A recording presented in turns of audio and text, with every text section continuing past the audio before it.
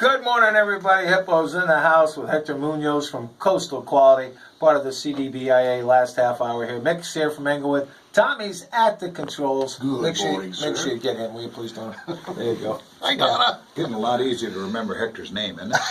For some reason, it just sticks out there. Yeah. Thanks, Hector. I appreciate that. That personality. Hector from Coastal Quality. And you can get in touch with Hector if you got questions about your landscaping, about your pavers, about your downscouts. He's also a big guy with the trees.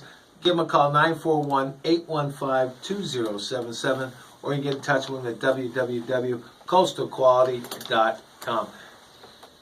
Has the business gotten easier? I don't think it ever get.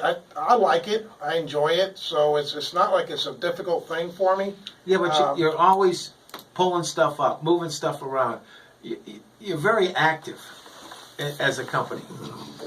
We do stay active, and I think change is one of the things. Looking at the new look, a fresh look, renovating, changing things around, staying with the basic principle to make sure that it works, but adding something different, something new. Okay, somebody comes to you and says, Hector, I'm tired of the look I got in my business. Okay. All right? How do you then proceed? Well, from there, we try to get some of their likes, dislikes, because even though if they're tired of it, they like certain things about it, certain aspects, but they don't care for others. So we try to hone in on what they like and get a feel for their personality, and also make sure that it's functional. That's the main thing. We've all gone to a place of business or someone's home where you pull up and you know the door's to the left. For some reason, it seems like they don't use that door. They might use some side door by the garage. You want to completely eliminate that possibility, but still create a welcoming landscape that gives you that visual transportation to get you to where you're supposed to be. Make it open, inviting, colorful. Some people just want green on green. So whatever your personality is, whatever you want to have, we play on that and make it the best possible landscape that you can have. You got any purple? No, never mind. Mick, you're in the building business for a long time here in Charlotte County, and you built a lot of homes. Did you and your partners go into the landscaping aspect, or did you let it to the professionals? We always had a professional do it. The main thing, and he just hit on it, that's why I didn't say anything, is that when you exit your car, that landscaping will make it flow to the entrances that you're supposed to use. You don't have to stand around and look. We always wanted it to make sure that the landscaping flowed to the entrances and exit. And basically, we always left it to a professional. All right, what about... It's like having an ugly front door on your house. If they don't have a good feeling when they come through it, they're not going to have a good feeling going through your home. So you need to warm them up with that nice entrance door, and what leads to your entrance door is your landscaping. Good point. And what about colorful trees and stuff? Is that just owners? We try to offer. So if you look around some of these neighborhoods, you have the same home over and over again. Different layout. Maybe the garage is on the left side or the other one's on the right side. So we don't want to do the same thing with the landscape. We try to implement some trees that will satisfy the point systems for different municipalities, and give you some color, give you some pop. If you like purples, we have plants that are going to give you that. We're going to give you a purple landscape. We're going to give you some key points there that you're going to enjoy. And you say, you know what, I like that. I like coming home. I feel good. I got a hard day at work. I come home and you pull in and you're going, hey, this is cool. I got a neat landscape. And that it's maintenance friendly, that it's going to be pet friendly if you have pets. It's going to be something that's going to fit your lifestyle. Okay, I'm changing the subject, so I'm going to go quickly to a different area. Biggest problem I see with landscaping down here is the insects. Now, not only what they do to your yard, but what they can do to you. Right. How do you avoid that kind of stuff with the red ants and stuff like that, fire ants? Well, fire ants are going to go to the highest point, especially when it rains. So you're going to need to have a preventative maintenance.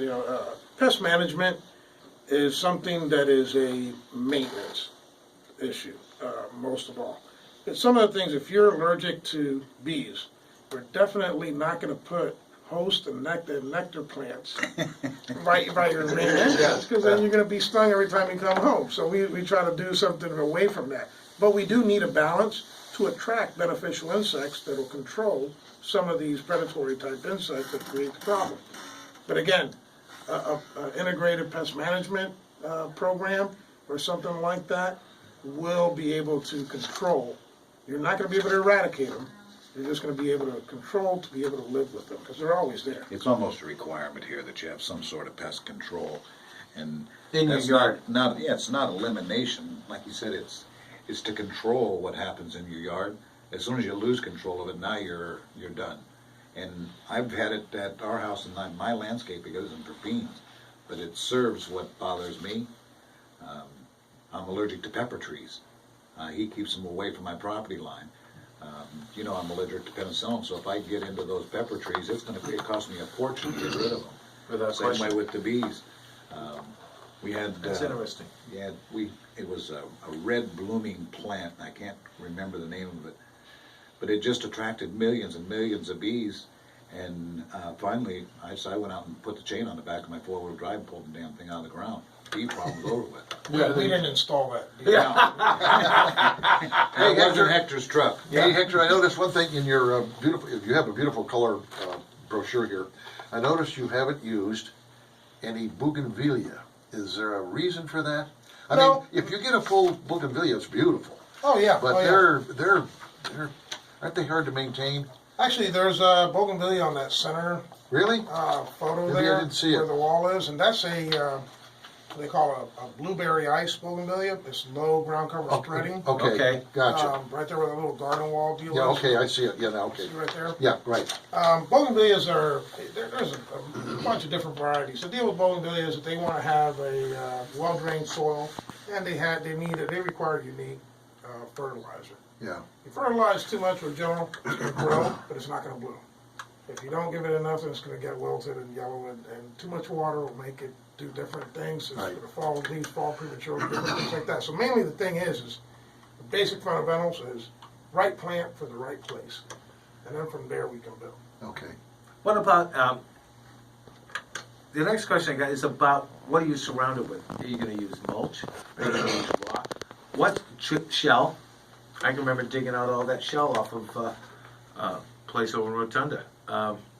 What's the choice? What's the preference? Again, it really depends on your landscape. Up against the home, we try to steer our customers into a more permanent fixture such as a river rock or river stone.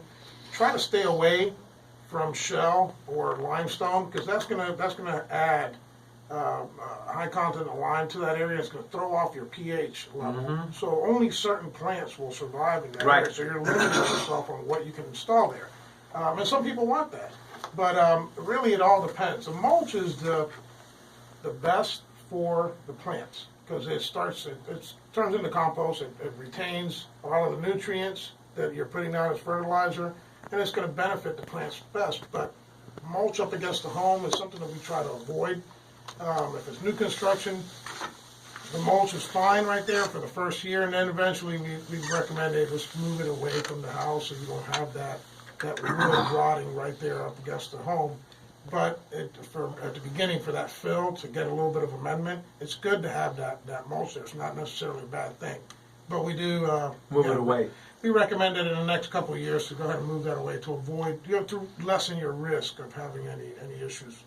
206-1580, if you got a question about what's going on around your house, about what you need to have out there, give Hector a call this morning at 206-1580. Remember, this call is free. You can call Hector at work and have him come out and do an estimate at 941-815-2077. Tommy's standing by with weather and traffic right now. Thanks, Hippo. Good morning, everyone. A quick check.